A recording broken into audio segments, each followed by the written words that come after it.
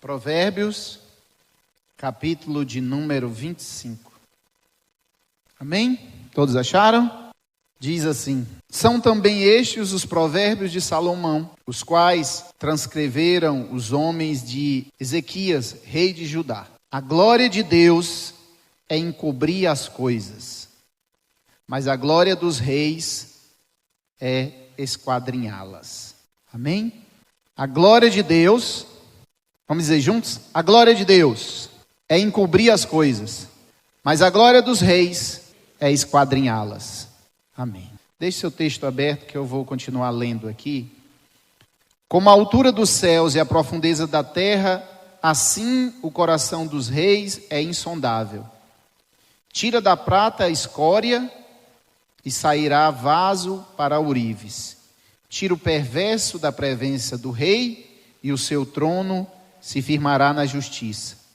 Não te glories na presença do rei, nem te ponhas no meio de grandes, porque melhor é que te digam, sobe para aqui, do que seres humilhado diante dos príncipes. A respeito do que os teus olhos viram, não te apresses a litigar, pois ao fim que farás quando o teu próximo te puser em apuros? Pleiteia a tua causa diretamente com o teu próximo, e não descubras o segredo de outrem, para que não te vitupere aquele que te ouvir, e não se apague a tua infâmia. Como as maçãs de ouro em salvas de prata, assim é a palavra dita ao seu tempo. Amém. Que Deus. Irmãos, eu não iria ler esse texto. Eu te trouxe outro texto. Mas, quando eu subi aqui, o Senhor me falou claramente sobre esse texto. Então, vamos falar um pouco sobre ele, né? A glória de Deus é encobrir as coisas. Qual é o prazer de Deus? A glória dele está nas coisas que estão encobertas. Mas a glória dos reis é descobri-las, esquadrinhá-las. A Bíblia diz, né, que tudo que está escondido um dia será revelado. E todos nós dizemos isso. Mas qual é o prazer de Deus? Nós conhecemos como Jesus tratou os seus discípulos. Jesus caminha com os discípulos. E Jesus, em um determinado momento, ele diz assim: vós já não sois mais meus servos. Vós sois agora meus amigos. E um amigo não esconde as coisas do seu amigo. O servo, ele acompanha, ele fica sabendo para outras pessoas. Mas o amigo, Deus revela. O Senhor revela ao seu amigo. O que nós temos que buscar de Deus? É desenvolver esta amizade. Na Bíblia nós vamos ver que Deus chamou Abraão, chamou Moisés, chamou Davi. Esses homens tiveram uma proximidade muito grande de Deus. Esconderia isso do meu amigo Abraão? Esconderia tal coisa? Não, eu vou compartilhar com Abraão. E é interessante que no meio de um caos, de grandes coisas, a Bíblia nos dá uma palavra também, diz que nada acontece nesta terra antes que Deus revele a seus profetas. Amém? Tudo o que acontece aqui, Deus revela aos seus profetas. Só acontece quando Deus revela aos seus profetas. Deus, antes de trazer juízo sobre Sodoma e Gomorra, Deus fala com Abraão. E Deus vai traçar uma estratégia com Abraão de salvar aquela cidade. Ele expõe para o seu amigo Abraão. E ele começa um diálogo com Abraão. E Abraão começa a desenvolver algo com Deus. Eles trocando informações. E ele Abraão intercedendo por aquelas cidades. Isso mostra o nível de relacionamento entre Deus e Abraão. Sem falar de Moisés, que um dia o Senhor diz assim: Moisés, esse é o teu povo, esse teu povo, eu vou fazer um povo novo a partir de ti. Moisés disse: não, esse povo, ele leva o teu nome, esse povo é teu, ele leva o teu nome. Não, tu não pode fazer isso, Senhor. Moisés lembra a Deus, entre aspas, né? Lembra a Deus da promessa que Deus tinha feito com o povo dele. Esses são os verdadeiros homens que têm um relacionamento muito íntimo com Deus. Muito, muito íntimo. Davi vai ser chamado do homem segundo o coração de Deus. É um homem que quando vai reinar, onde vai estabelecer seu reino, ele começa a perguntar a Deus, ele começa a expor o seu sonho. O meu sonho, a primeira coisa que Davi fez foi trazer Davi quando assume o reinado. Davi, é muito interessante isso, porque como é que você vai reinar, como é que você vai estar em um lugar, todo mundo estava meio que satisfeito ali, mas Davi disse assim: ei, como é que nós vamos reinar sem a glória de Deus? Cadê a arca? Não, a arca aconteceu isso e aquilo. Davi disse: então não dá, eu não vou prosseguir se não tiver a arca. Eu preciso ter a presença de Deus aqui junto comigo. Isso é um recado para nós, irmãos. Negócios, família, casamento, reinados, ministérios. A primeira coisa que nós devemos perguntar: a glória de Deus está conosco? A presença de Deus está conosco nesse negócio? Então Davi faz aquela pergunta e as pessoas ficam meio que perplexas. Por que ele está perguntando isso? Porque para Davi não era opção, era obrigação. Era a maneira que se podia existir, era que a presença de Deus estivesse ali junto dele. Então ele vai atrás disso. Isso demonstra o coração de Davi. E Davi desenvolve um relacionamento com o Senhor, na maneira de governar. Davi, hoje, nós entendemos que o ministério, essa torre de Davi, essa torre de oração, Davi fez algo à frente do seu tempo.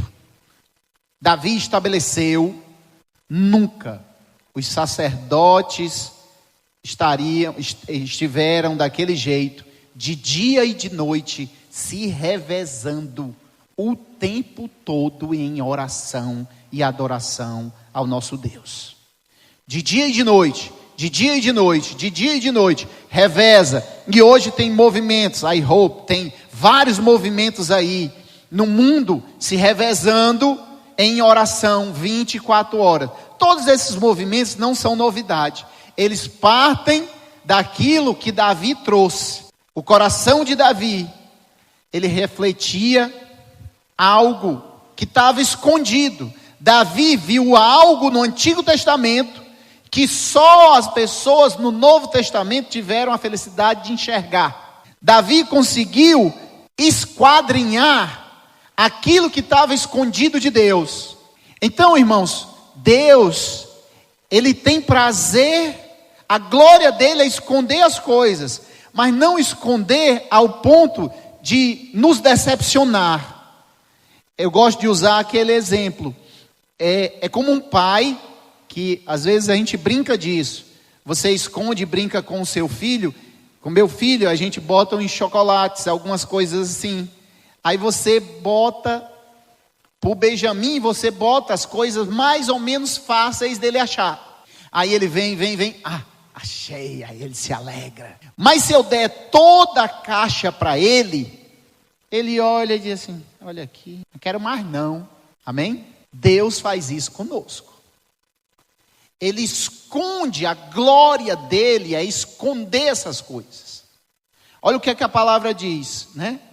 Que aqueles que buscam o reino de Deus em primeiro lugar. É buscar, Essa palavra no buscar pode ser achar, procurar. Você se dedicar. Porque a glória de Deus é esconder. Mas a glória de nós que somos reis, sacerdotes reais, é esquadrinhar essas pequenas coisas de Deus. Nós devemos ser desafiados agora a descobrir o que está acontecendo. Quem é que tem a resposta disso tudo? Não é o homem, não é um jornal, não é nada. Mas Deus tem. O Espírito Santo sabe de todas as coisas. Ele sabe de todas as coisas. Ele sabe de todos os planos. Ele pode antecipar tudo para o seu povo. Mas nós, aí eu como pai, eu boto lá as coisas mais fáceis para o Benjamin. Mas a caixa de chocolate para a Raíssa eu já boto mais escondida. Boto mais escondida. Para a Ruth nem se fala. Tem que ser bem escondida, porque a Ruth vai no faro. Ela vai cheirando. Quando ela acha um, aí ela se alegra. Aí ela diz assim, tem mais. Eu quero mais. Você percebe que Deus trabalha conosco da mesma maneira? Deus nos dá algo, aí a gente se alegra. A gente encontra algo em Deus. Aí nós vamos atrás de quê? De mais. De Deus. Nós ficamos buscando, e tem até uma música que diz, mais de ti, né? Nós buscamos mais e mais de Deus, mais e mais de Deus.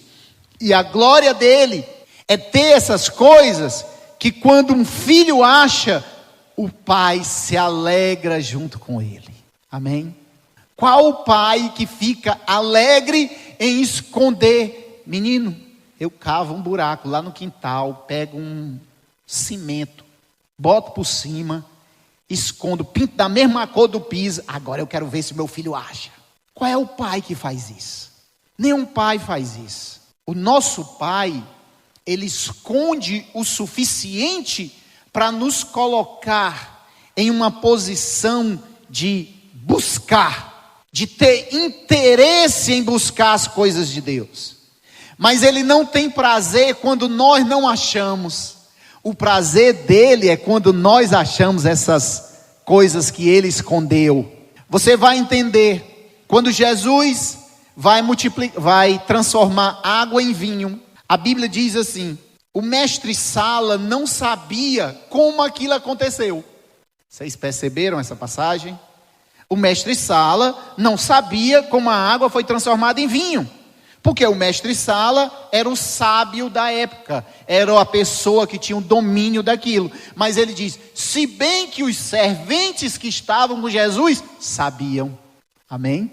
Os que participaram do processo com Jesus eram os serventes, eram bem simples. Eles pegaram isso ali, eles colocaram, eles examinaram, estavam ali com Jesus, eles viram, presenciaram, tiveram um conhecimento de Deus que o mestre Sala, com toda a sua sabedoria, não entendeu como é que isso transforma nisso. Mas o mestre Sala é especialista em alimentação.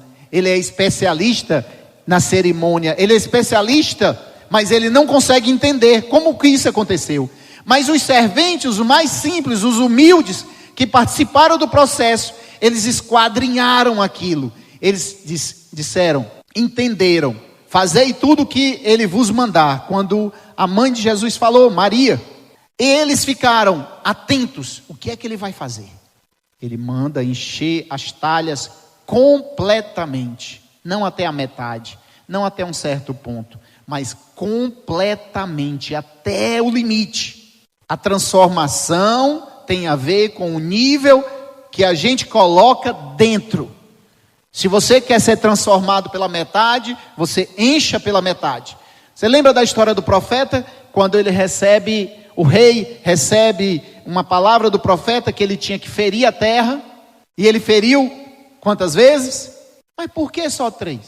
Quem mandou ele ferir só aquelas vezes? Quem mandou? O cara que está com vontade, com raiva. Ele é interessante. O cara que está com a ira santa, ele tinha feito até passar aquilo dele, não é? Mas ele feriu. Parece que a fé daquele homem ele tinha um limite, estava limitada até tantos pontos. E aquilo determinou o tamanho da vitória dele. Amém? Mas conhecendo o nosso Deus, que é um Deus que se revela para nós, Ele é um Deus de abundância. Nosso Deus é um Deus de abundância, irmão, entenda isso. Sempre Ele é um Deus que traz vida e vida em abundância. O nosso Deus é o Deus que aonde tem escassez, Ele leva abundância. Faltou água, faltou vinho. O que é isso? Escassez. O que é que Jesus faz? Transforma a escassez em abundância. Faltou pães e peixe. O que é que Ele faz? Transforma a escassez em abundância.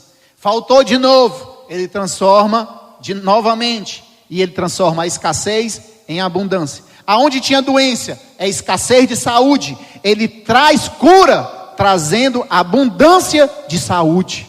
O nosso Deus é um Deus de abundância. Faltou dinheiro para pagar os impostos. Ele vai lá e aonde não tem nada, Ele chama a existência o que não tem, para trazer a abundância.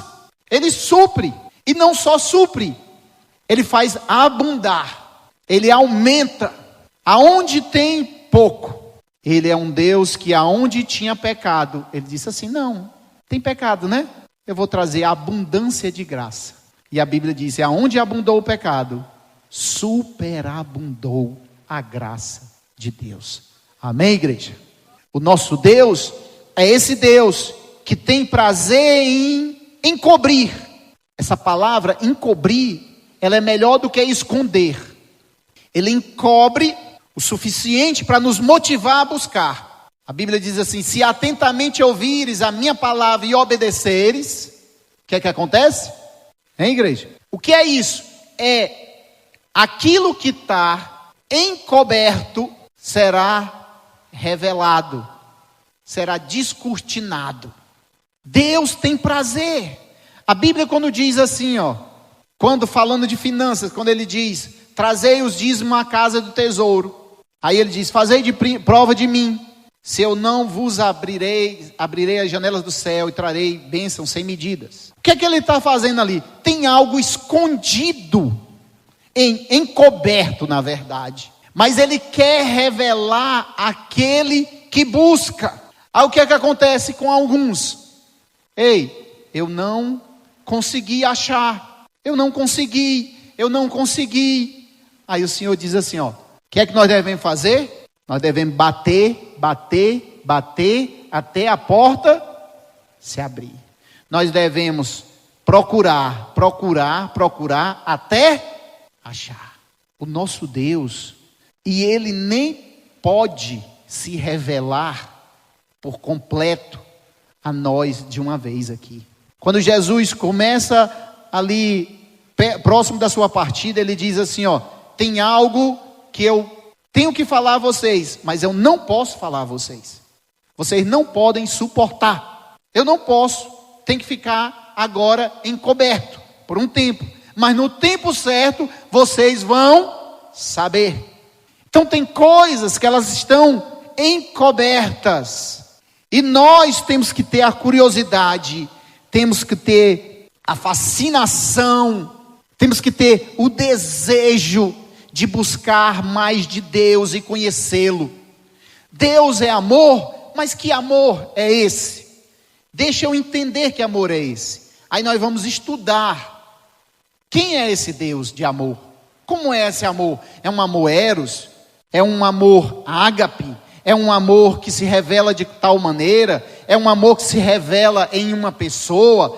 Eu tenho que buscar, esquadrinhar as coisas que estão encobertas por Deus. Pastor, mas a palavra diz que está tudo revelado. Tudo revelado, né? Romanos 12:2 diz o quê? Que nós devemos buscar sermos transformados pela renovação da vossa mente. Para o quê? Conhecer. Nós só conheceremos a boa, perfeita e agradável vontade de Deus quando a nossa mente for transformada. Então nós vamos sempre ter uma imagem deformada do nosso Deus.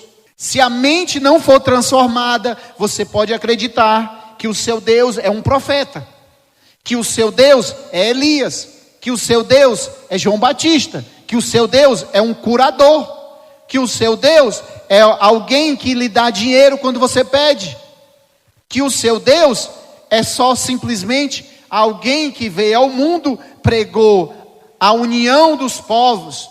Isso revela que a mente não está transformada.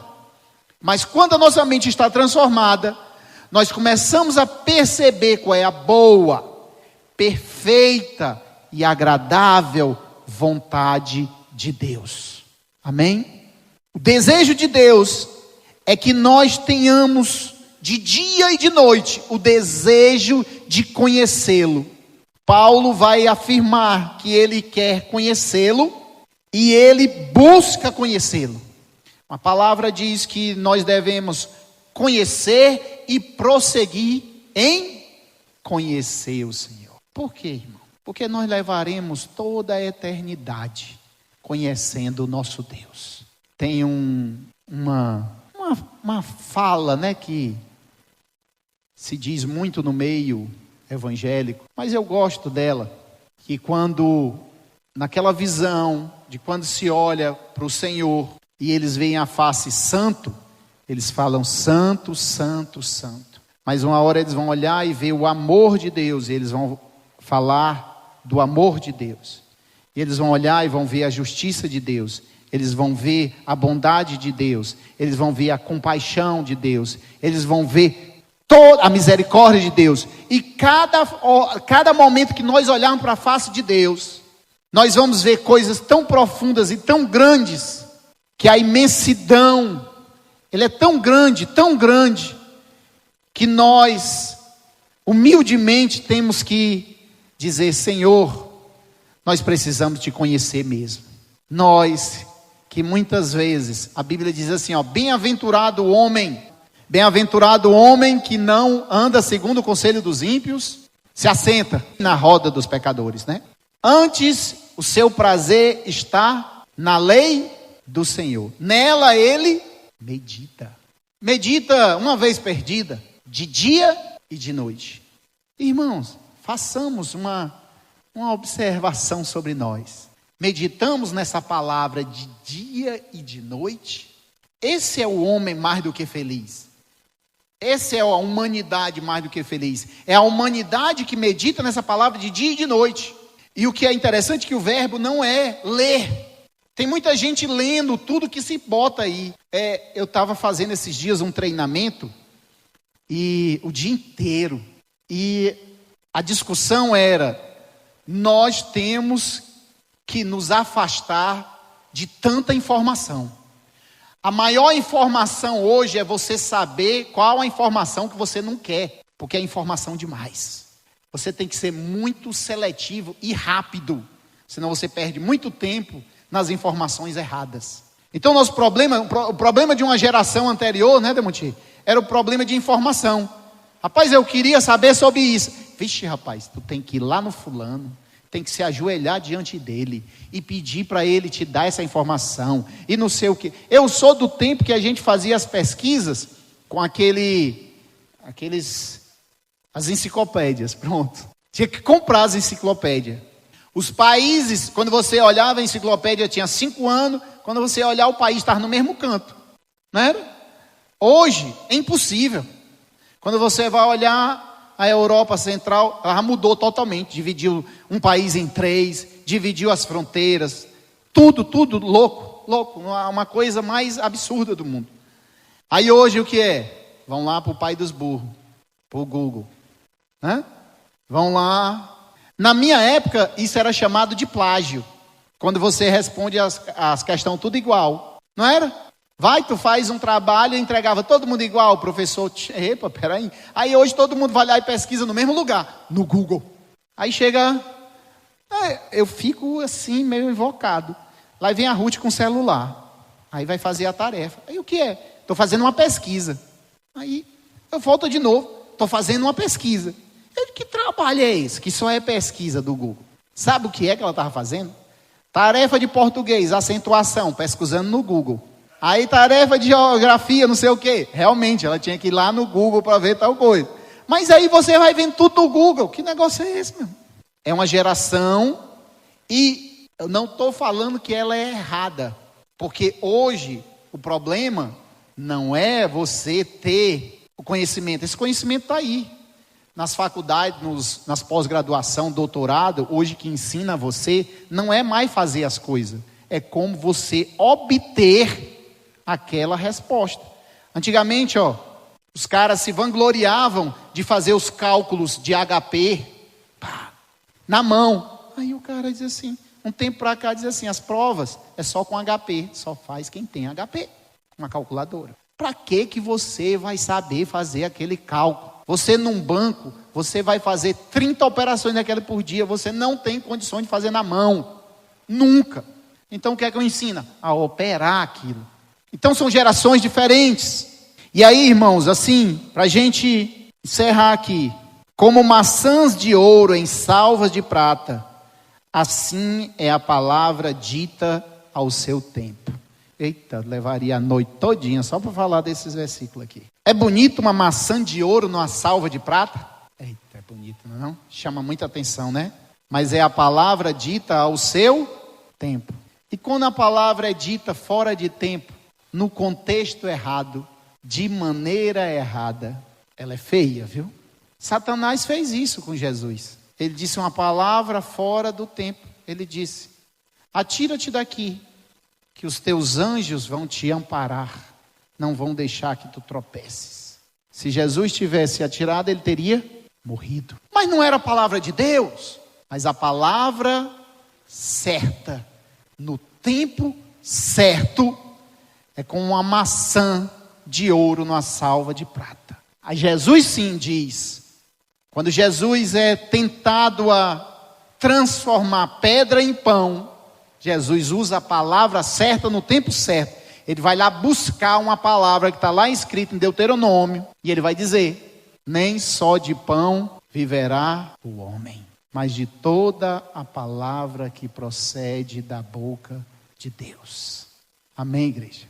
A palavra de Deus, Jesus entende perfeitamente. Jesus diz assim, vem buscar, eu acho essa uma das coisas mais interessantes.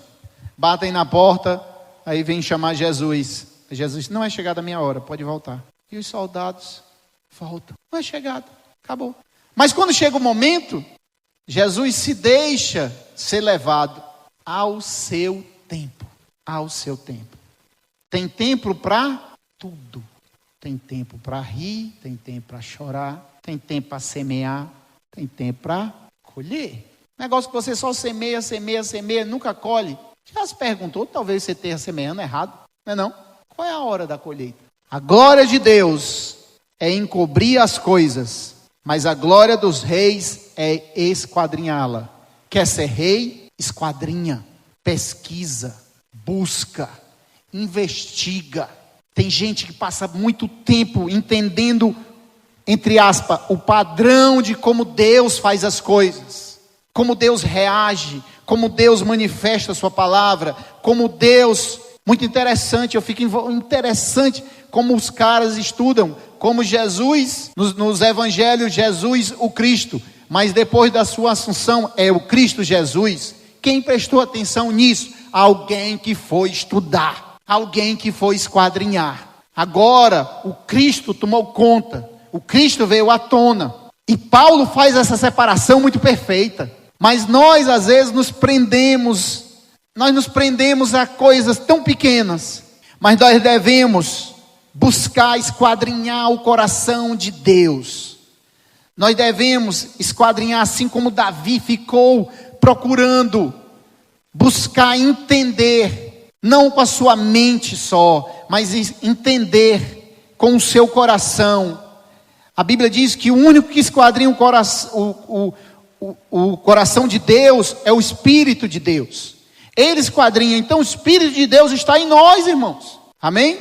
Nós devemos buscar um relacionamento com o Senhor. E é Ele quem nos livra dessas coisas ruins. É Ele que nos livra da pessoa errada quando você escolhe para a sua vida. Está próximo. Está ali o exemplo 1. Desmontier fala uma história que quando ele estava para escolher a pessoa que ia casar, ele teve um sonho. Não foi? E o sonho tenebroso. E eu lembro uma parte, pode contar? Se eu não me engano era assim. Ele estava em cima de uma igreja, né? De uma construção. E o filho, né? Que era dele, a pessoa jogava fora.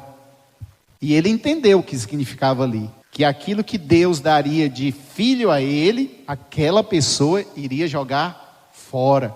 Entendeu? Como um ministério, com a família. E isso reproduziu depois na vida de outra pessoa, que essa pessoa... E ele deixou, ele foi obediente. 3 dias depois ele terminou. E valeu a pena, né? Ó.